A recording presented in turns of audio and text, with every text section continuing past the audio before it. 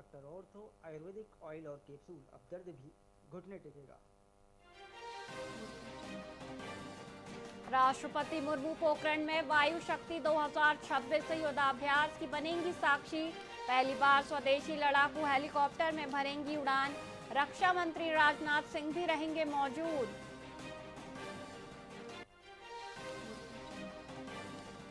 जोधपुर की 23 पंचायत समितियों हेतु अंतिम मतदाता सूची जारी। 13.41 लाख वोटर करेंगे मतदान। मंडोर में सर्वाधिक मतदाता और जिले भर में 614 केंद्र तैयार।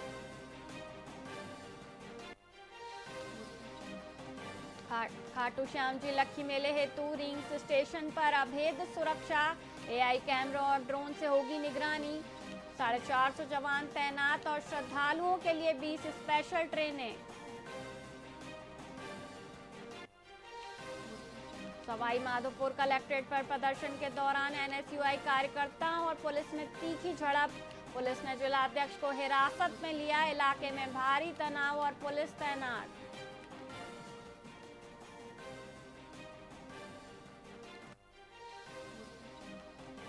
राजस्थान में गर्मी का सितम शुरू। लगातार दूसरे दिन पारा 36 डिग्री के पार पहुंचा। मौसम विभाग ने अगले एक सप्ताह आसमान साफ रहने की भविष्यवाणी की।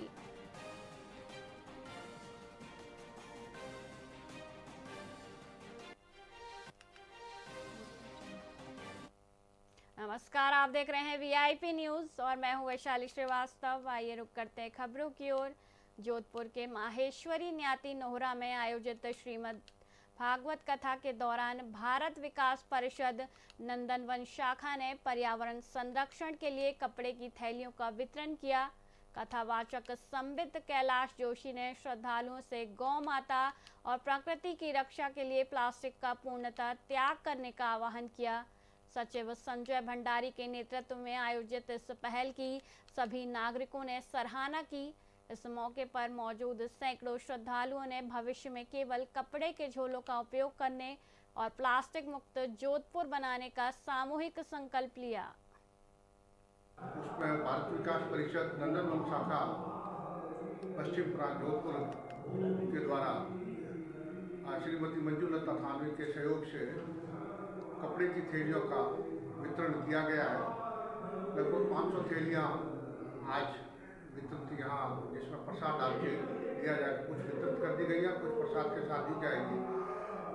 इसका मूल उद्देश्य भारत विकास परिषद वैसे सेवा और इसके कार्य करती है, लेकिन वर्तमान में गायों की स्थिति बहुत खतरनाक है।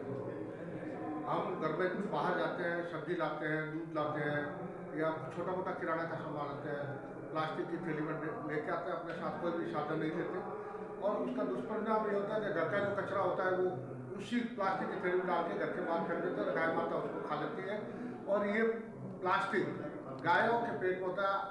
आज ही उसमें भारत बीकानेर की पुरानी गिनाड़ी में नगर निगम और ठेकेदारों की मिलीभगत के खिलाफ स्थानीय लोगों ने मोर्चा खोल दिया है।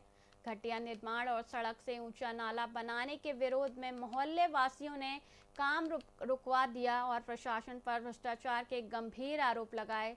लोगों का कहना है कि इसे खुले नाले की वजह से पिछले 4 सालों में 3 मौतें हो चुकी हैं, फिर भी अधिकारी गहरी नींद में सो रहे हैं।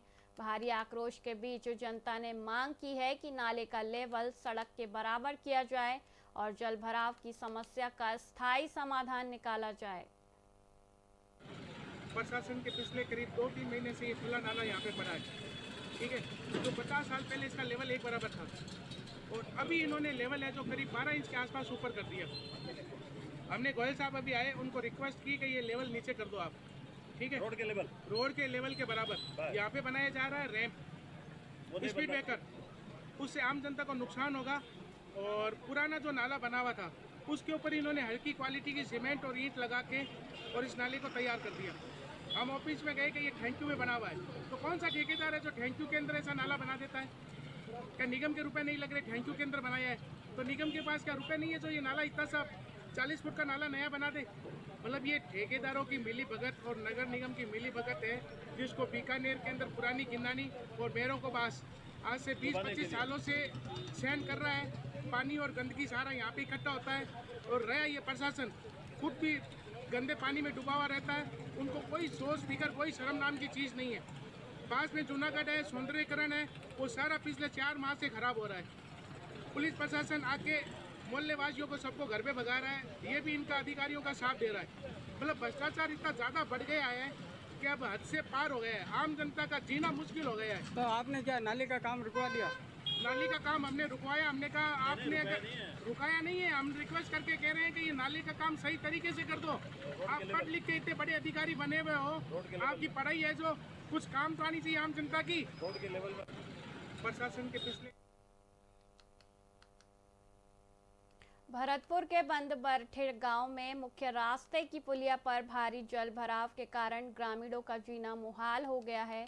पुलिया का निर्माण लंबे समय से न होने के कारण सैकड़ों लोगों और मवेशियों का आवागमन पूरी तरह बाधित है, जिससे नाराज ग्रामीणों ने आज प्रशासन के खिलाफ जमकर नारेबाजी की।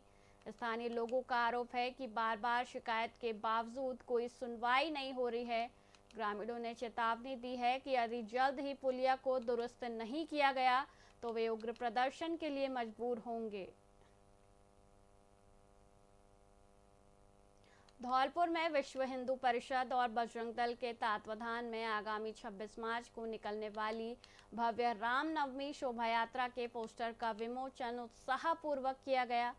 शोभा यात्रा संयोजक गिरीश गर्ग ने बताया कि कार्यक्रम शाम 3 बजे आकर्षक झांकियों और बैंड बाजों के साथ शुरू होगा। महंत हनुमान दास जी महाराज ने नगरवासियों से भारी संख्या में शामिल होकर आयोजन को सफल बनाने का आह्वान किया है। इस दौरान कार्यकर्ताओं ने समाज में एकता और सद्भाव बनाए रखने का संकल्प भी लिया।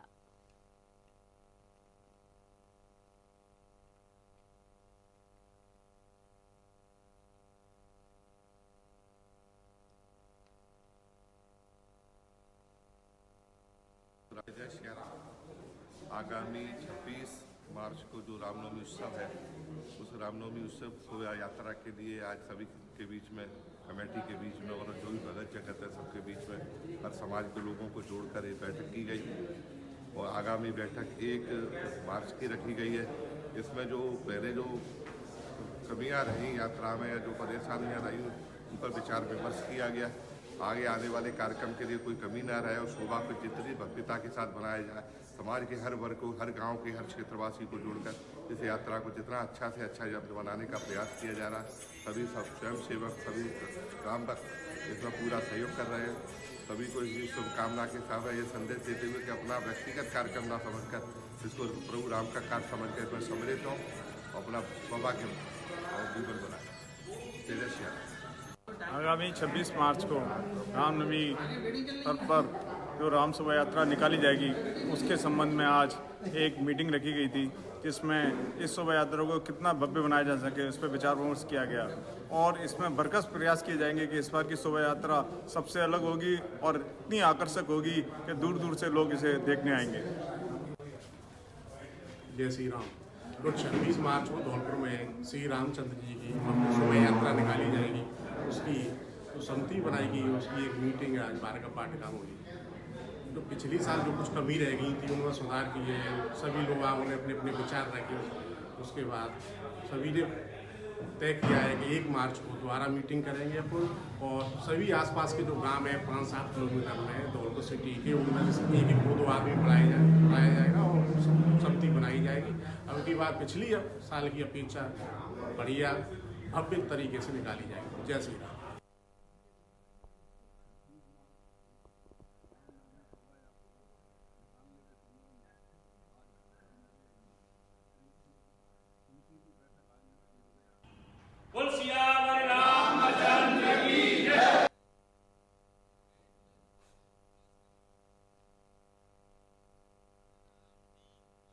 फिलहाल के लिए इतना ही, मुझे दीजिए इजाजत। देखते रहिए VIP न्यूज़। नमस्कार।